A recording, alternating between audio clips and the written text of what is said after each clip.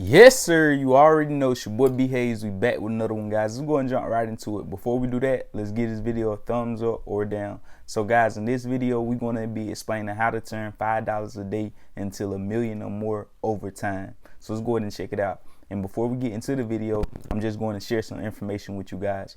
As I was always taught growing up in my household and, my type of people, we was always taught to save money. If we make $1,000 in a month from my little side job working, when we was teenagers, save at least, 10, 20, 30% of that money, 100, 200 to $300, which, I've been got out of that mindset as well.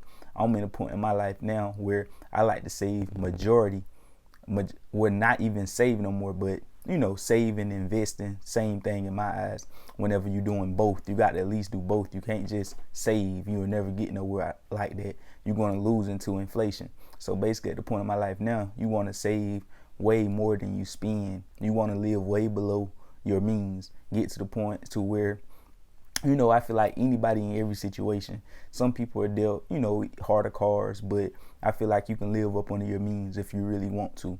Meaning, if you make $1,000 a month, I try my best to, stay with my grandparents, stay with my mama, do what I can do around the house, but try to just spend $100, $200 a month if I can by having, cutting out a lot of stuff that I can't really afford, but I'm just trying to get it because everybody else got it or something. I just, whatever level I'm on, I do whatever it takes to live way below my means. If I'm making $10,000 a month, I'm only going to spend $1,000 to $1,500, maybe $2K a month. If I'm making $30,000 a month, my max is to spend around $3,000. So I'm doing a whole 360 of what people normally do. Normally, people will spend majority of their check on bills or their income on bills and expenses and things they want, and only save the small portion, the 10% or the 20%.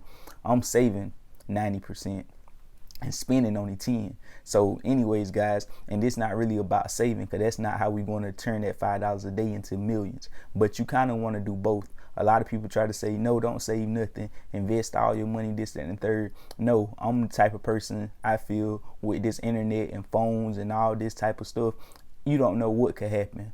Apocalypse or whatever, anything could happen and just stop the whole internet. All your money stuck on the phone and on the computers and this, that, and the third. While people that was saving a little bit on the back end got a little savings accounts, money stashed away, piggy banks, little safes, all type of stuff.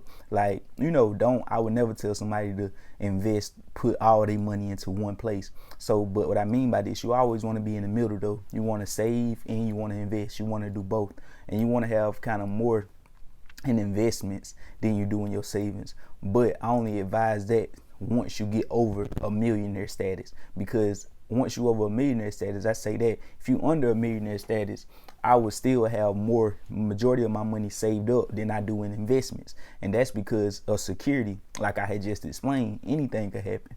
But once you get over a millionaire status, I will have more in investments than I do saved up, because the reason behind that is because FDIC, that's the insurance that each bank carries. They only can insure you up to $250,000, $250K, if anything's happened to that bank. Like if the banks was to go into a recession and they was to go bankrupt or lose out on money and they couldn't, they had to pay people out their money or whatnot, or something happened with the banks, they only would be able to reimburse you $250,000 of your money. Say for instance, you had $1 million at BB&T or First Citizen or whatever banks in your area.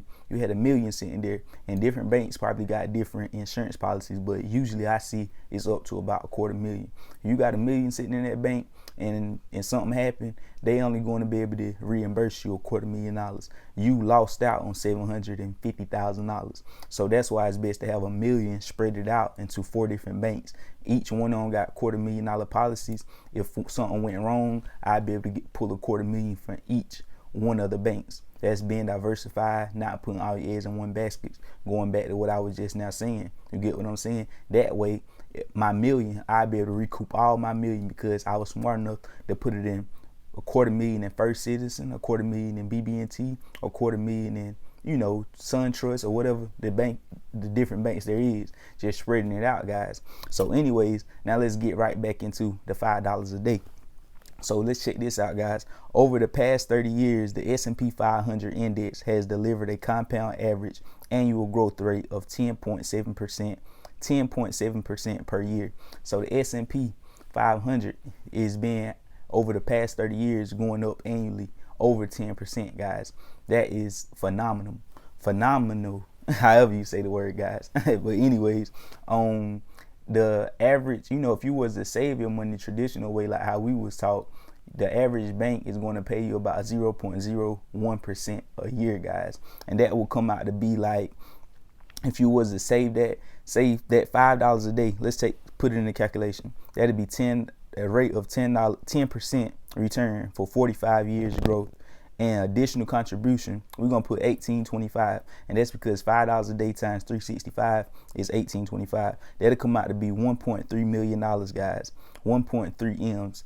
Now let's do this same thing as if we was doing it traditional way and just saving like our parents taught us. 0.01% the rate of return, 45 years to grow, 1825. That investment now is worth $82,000. Total interest $180. You put $82,000 of that in there. You only gained $180 interest off that investment off that savings in 45 years from just them adding on to what you already had, if you was to do it the traditional way, guys. So I hope that opened you guys' eyes. That's the way you grow $5 a day into millions, guys.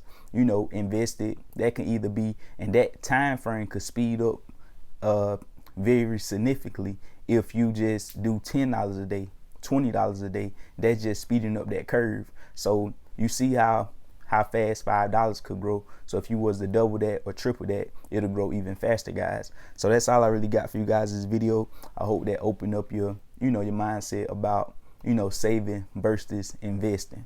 So you already know, consider joining the family. If you like this type of content, we post over here every single day. And also don't forget to add your boy on Instagram and get your free stock in the description down below. I love y'all. We out, and God bless you.